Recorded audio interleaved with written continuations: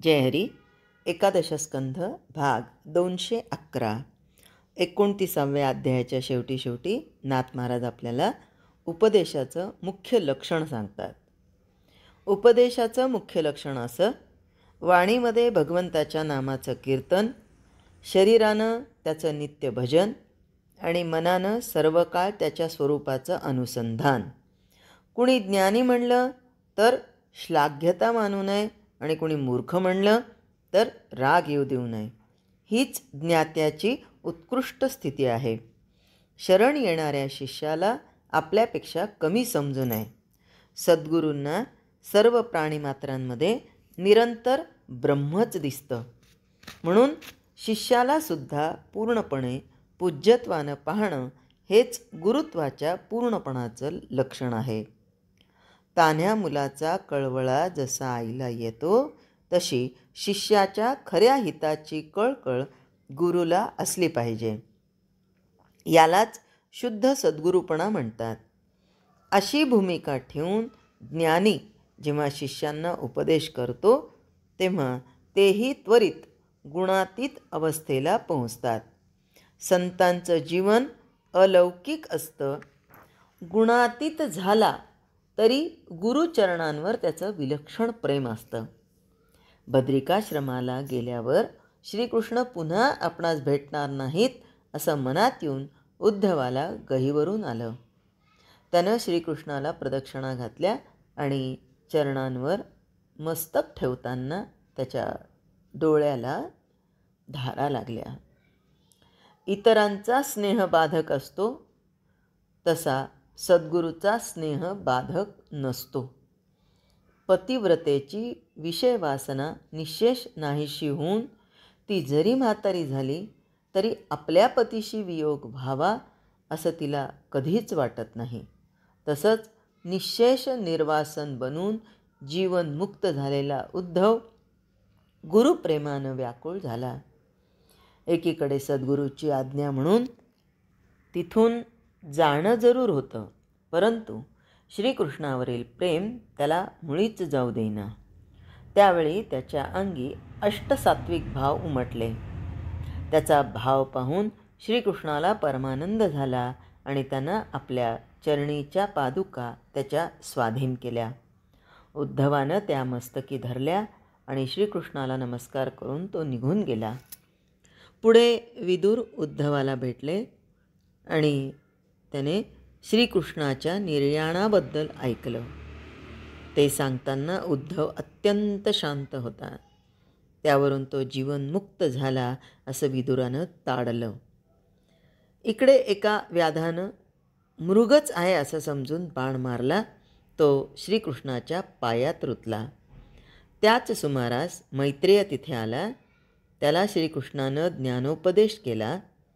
बद्रिकाश्रमाच्या वाटेवर उद्धवाला जी जी चांगली माणसं भेटली, त्यांना भक्ती आणि विरक्ती यांचं प्रत्यक्ष आचरण दाखवत उद्धवानं मोठा लोकसंग्रह केला.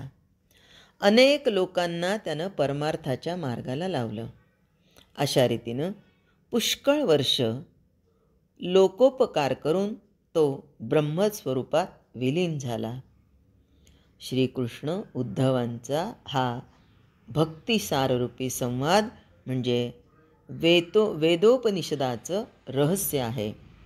त्याचं श्रवण मनन करून निधिध्यास ठेवणारा साधक याची देही याची डोळा जीवनमुक्तीचा सोहळा भोगतो. तो स्वतःचा उद्धार करतो, तसा इतर अनेकांचा उद्धार करतो.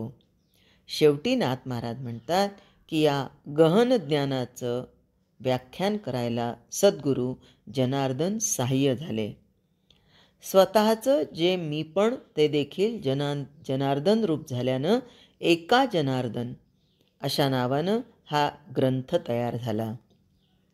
नावानं आणि भावानं एकपणा असल्यानं एका या नावाचं कौतुक जनार्दनाला फार वाटलं, म्हणून एकावर तो प्रसन्न झाला.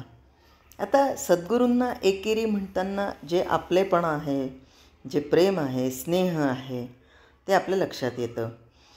त्याच्याशी नामरूपाचं ऐक्य पाहणं हेच माझं अनुष्ठान असल्यानं माझ्या नावानं कविता करून जनार्दन वक्ता झाला.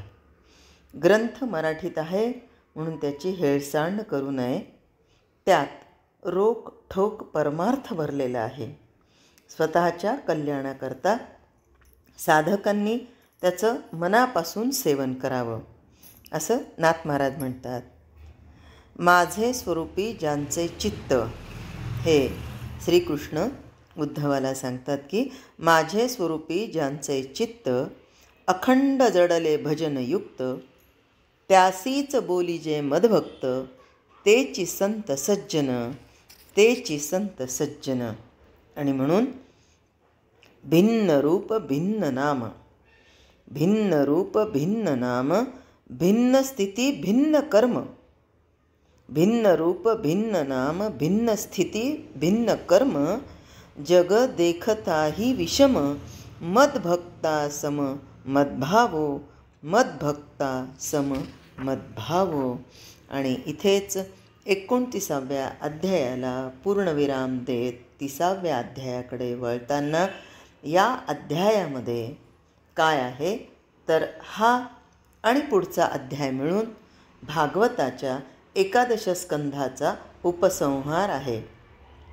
या अध्यायामध्ये श्रीकृष्णाच्या निर्याणाची पूर्वतयारी वर्णन केलेली असून थोर पुरुष म्हणजे अर्थात ब्रह्मज्ञानी आणि लोकसंग्रही पुरुष आपला अंतःकाळ किती अनासक्त वृत्तीनं साधतो त्याचं मूर्तिमंत चित्र नाथांच्या भाषेत सापडतं.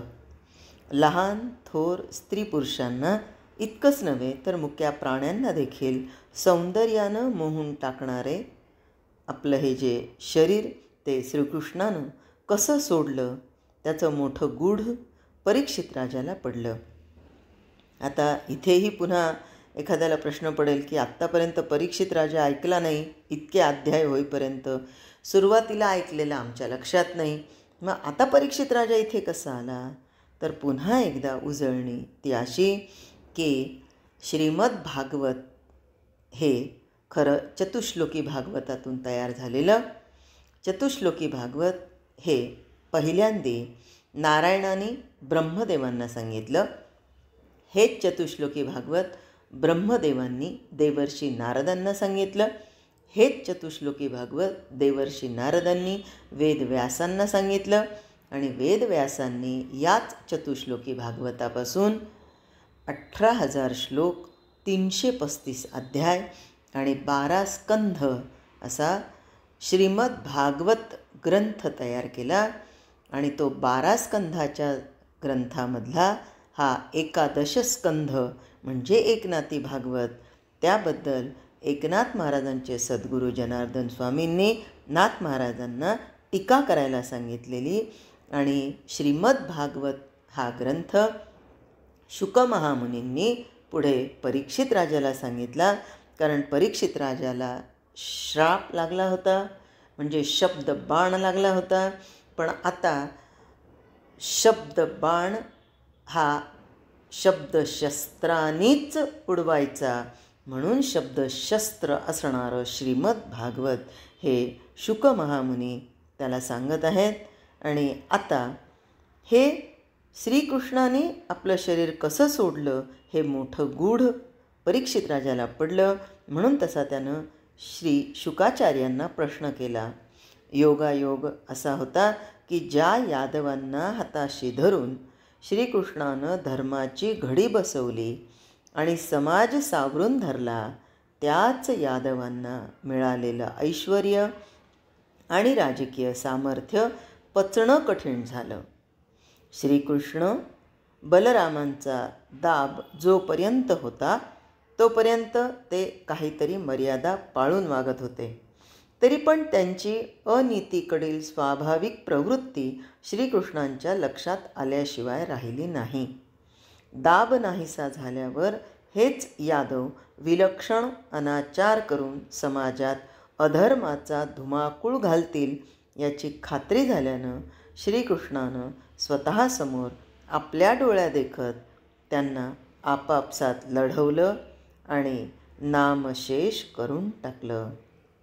नंतर आपलं येथील काम संपलं हे ओळखून त्यानं अत्यंत शांतपणे आणि जागृत ब्रह्मज्ञानानं स्वतःच्या अंतःकालाची तयारी केली.